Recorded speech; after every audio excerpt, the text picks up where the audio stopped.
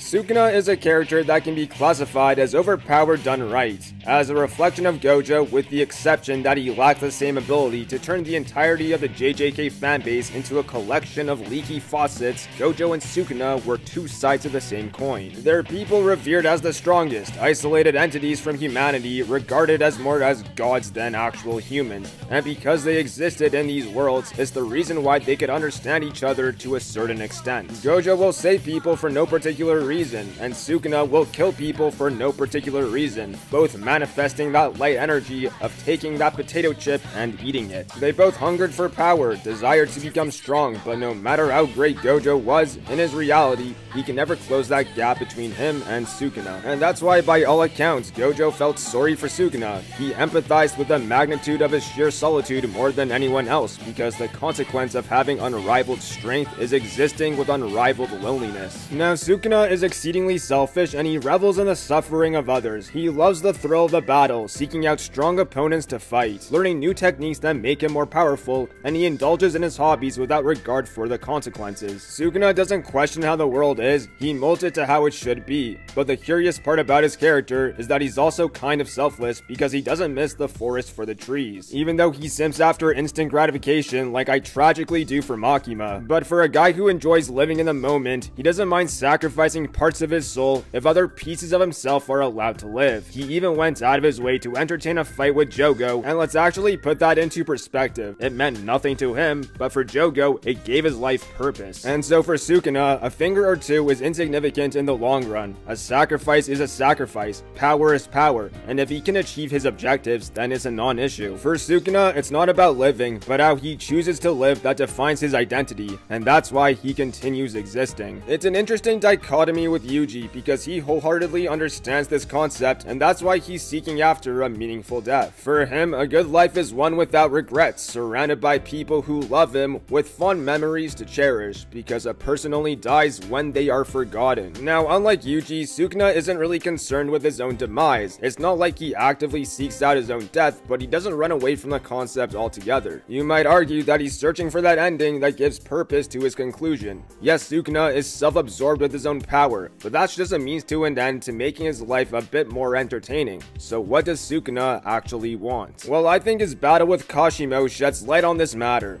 After turning Gojo into a math equation, the context of that off-screen devastation still making my heart ache, Kashimo enters the battlefield. Kashimo was basically the Gojo of his era. He may not have been nearly as powerful as the honored ones, but he does understand the lonely god feeling more than anyone else, because he actually lived out Gojo's worst nightmare. He remained unrivaled into his old age, never tasting or understanding the true thrill of the battle. That's why when Kenjaku allowed him to reincarnate as a cursed spirit in the Culling Games, he leaped at the opportunity because that gave him a chance to battle with Sukuna, to fight with someone undeniably powerful, to give his life a purpose. And so before they square off, the first thing that Kashimo does is ask Sukuna a question. Did you become the strongest, or were you born that way? It's a parallel to that same question Geto asked Gojo before walking down that path of self-destruction like the anime version of Sniper Wolf. But the idea behind this question built upon Kashimo's perspective of Sukuna, viewing him as the perfect being. Humanity is fundamentally imperfect. We have countless weaknesses that we face, and working to overcome those flaws despite the odds is what defines true strength. Someone like Itadori embodies these qualities. He fails and makes mistakes and looks like a mess in the process, but his ability to take on these adversities are qualities that are truly admirable. And Kashimo understands this, which is why throughout his lifetime, he concluded that strength is lonely.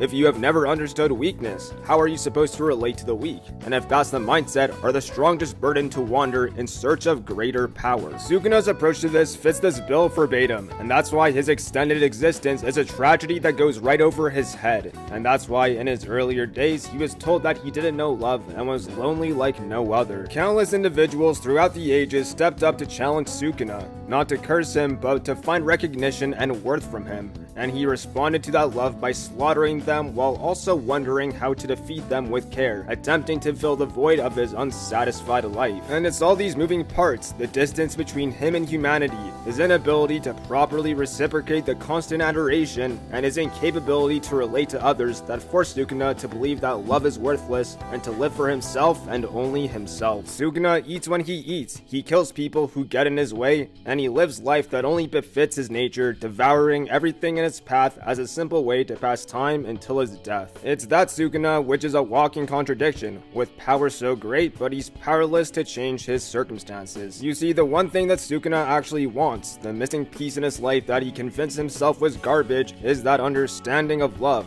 It's so simple, it's right in front of his eyes, and he's unable to see it. In defiance of his inhumanity, all he really wants is a human connection, and that's why he hates Itadori so much, because even though he is physically weaker than him, his heart is much stronger, and he has the one thing that Sukuna never had. What Sukuna truly desires, what anyone truly desires, is to just be happy. But it's Sukuna himself who's blocking that one path to that one objective. Sukuna is his own worst enemy, and that's why he's one of the most compelling overpowered antagonists in modern shonen.